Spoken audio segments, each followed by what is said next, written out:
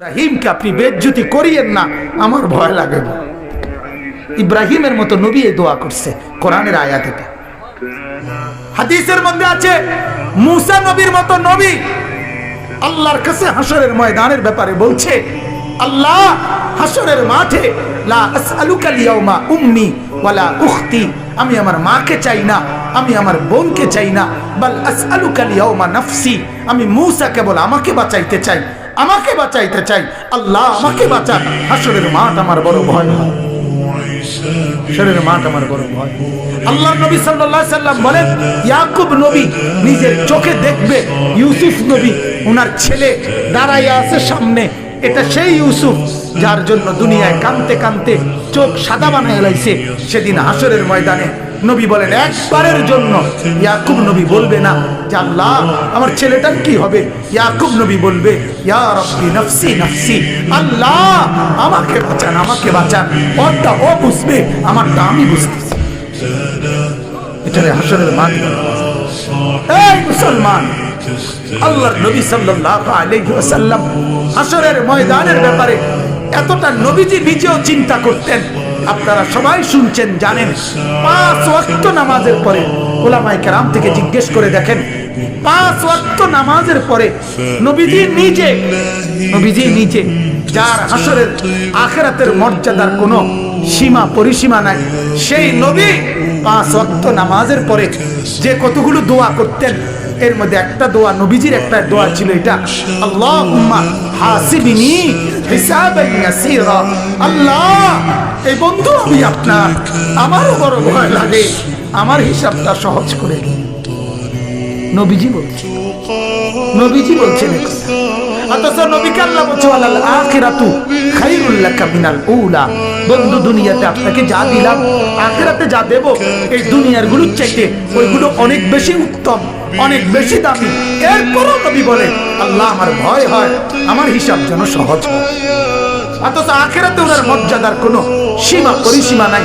আল্লাহ তাআলা হাদিসে কুদসিতে বলছে, বন্ধু হাসরের মাঠ আমি আপনার মাঝে আর আমার মাঝে ভাগ করে নেব, কাসামতুল কিয়ামাতা বাইনি ওয়া বাইনাক, আমার মাঝে আর আপনার মাঝে কিয়ামতের দিনটাকে আমি ভাগ করব। আনা মালিকু ইয়াউমিদ্দিন আনতা সাহিবু ইয়াউমিদ্দিন, আমি হব কিয়ামতের দিনের মালিক, আপনি হবেন কিয়ামতের দিনের বাদশা। আপনি বলবেন আমি শুনবো, আপনি সুপারিশ করবেন আমি গ্রহণ করব, আপনি চাইবেন আমি দিতে থাকব, আপনার হাতে আমার ইজ্জতের পতাকা দেব, আপনার জন্য আমার আরশের নিচে মাকামে মাহমুদের আলাদা জায়গা দেব, আপনার জন্য জান্নাতের দরজা প্রথম খোলার উদ্বোধনের অধিকার আপনাকে দেব। এত মর্যাদার পরেও নবী বলতেন আল্লাহ তবুও ভয় হয়, হিসাবটা সহজ করে। আপনি কেডা, আমি কে? বলেন এই মুসলমান, বলেন সেজদা নাই ঘরের মধ্যে গত 1 বছর 2 বছর আপনার উপযুক্ত ছেলেটা কোনদিন ফজরের নামাজ পড়ে না, মেয়েটা ফজরের নামাজ পড়ে না, বিবি পর্দা করে না, মেয়ে পর্দা করে না, ঘরের মধ্যে আজ 20 বছর টানা রঙিন টেলিভিশন চলে, নর্তকী নাচে গায় ফুর্তি করে, গানের আওয়াজে বাদ্যে পুরা ঘর জমজমাট, এত নাফরমানির অবস্থায় এই হালাত নিয়ে কবরে গিয়া সুপারিশ কেমনে মিলবে দোস্ত? আখিরাতে নবীজির সামনে দাঁড়াবেন কিভাবে? আল্লাহর নবী তো বলবে উম্মত এভাবে বেজ্জতি করলি কেন? 23 বছরে তোর আমার তায়েফের রক্তের কথা মনে নাই, আমার দামদাম শহীদের কথা মনে নাই, আমি 14 দিন পেটে পাথর বাঁধছিলাম ক্ষুধার কষ্টে, একথা কি মনে নাই? আমি 3 মাস চুলায় আগুন জ্বলে নাই, একথা কি উম্মত মনে নাই?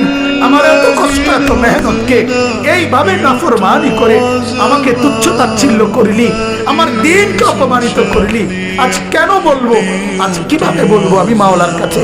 বল উম্মত। কোরআনুল কারীমের সূরা নিসার মধ্যে আছে ওয়াজিনা বিকা আলা হাউলা'i শাহীদা, আল্লাহ নবীকে বলছে বন্ধু হাসরের দিন আমি আপনার হাতে আপনার উম্মতের আমলনামা তুলে দেব, আপনি পড়বেন, আপনি শোনাবেন, আপনি হিসাব করবেন, আপনি বলবেন, এরপরে আমি ফয়সালা দেব, আপনি সায়া কইবেন। তাফসীরে আল্লাহর কসম এই কথা স্পষ্ট আছে। হযরত আব্দুল্লাহ ইবনে মাসউদ বলে যেদিন নবীর সামনে এই আয়াত এ ওয়াজিনা বিকা আলা হাউলা এ শাহীদা সূরা নিসার এই আয়াত যেদিন পড়লাম সেদিন হযরত আব্দুল্লাহ বলে নবীজি অজরে চোখের পানি ফেলে কাঁদছে আর একথা বলছে, উম্মত যদি পৃষ্ঠার পর পৃষ্ঠা গুনাহ আর নাফরমানি দেখি আমি মাওলার সামনে পড়বো কেমনে, শোনাবো কেমনে, আল্লাহর কাছে বলবো কেমনে? এত বেইজ্জতি করলে উম্মত আমি হাসরে মুখ দেখাবো কেন?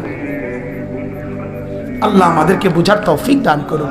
অতএব আল্লাহ তাআলা বললেন যে এই ফিকির করে আখিরাতের ভয়, তো আল্লাহ তাআলা বলেন সে বিবেকবান। বলেন আলহামদুলিল্লাহ, বলেন আলহামদুলিল্লাহ। অতএব মুহতারাম হাজিরিন, এই ফিকির করা চাই, এই ফিকির করা চাই। আল্লাহকে দিবা নিশি ডাকবো তো ইনশাআল্লাহ, ডাকবো তো ইনশাআল্লাহ। রাসূলুল্লাহ সাল্লাল্লাহু আলাইহি ওয়াসাল্লামকে ভালোবাসবো, মহব্বত করবো তো ইনশাআল্লাহ। শুধুমাত্র মুখে মুখে তো ইনশাআল্লাহ। কয় ভাবে? কয় ভাবে? আবার বলেন, আবার বলেন। আল্লাহ তাআলা আমাদেরকে তৌফিক দান করুক। বলেন আলহামদুলিল্লাহ, বলেন আলহামদুলিল্লাহ, বলেন আলহামদুলিল্লাহ।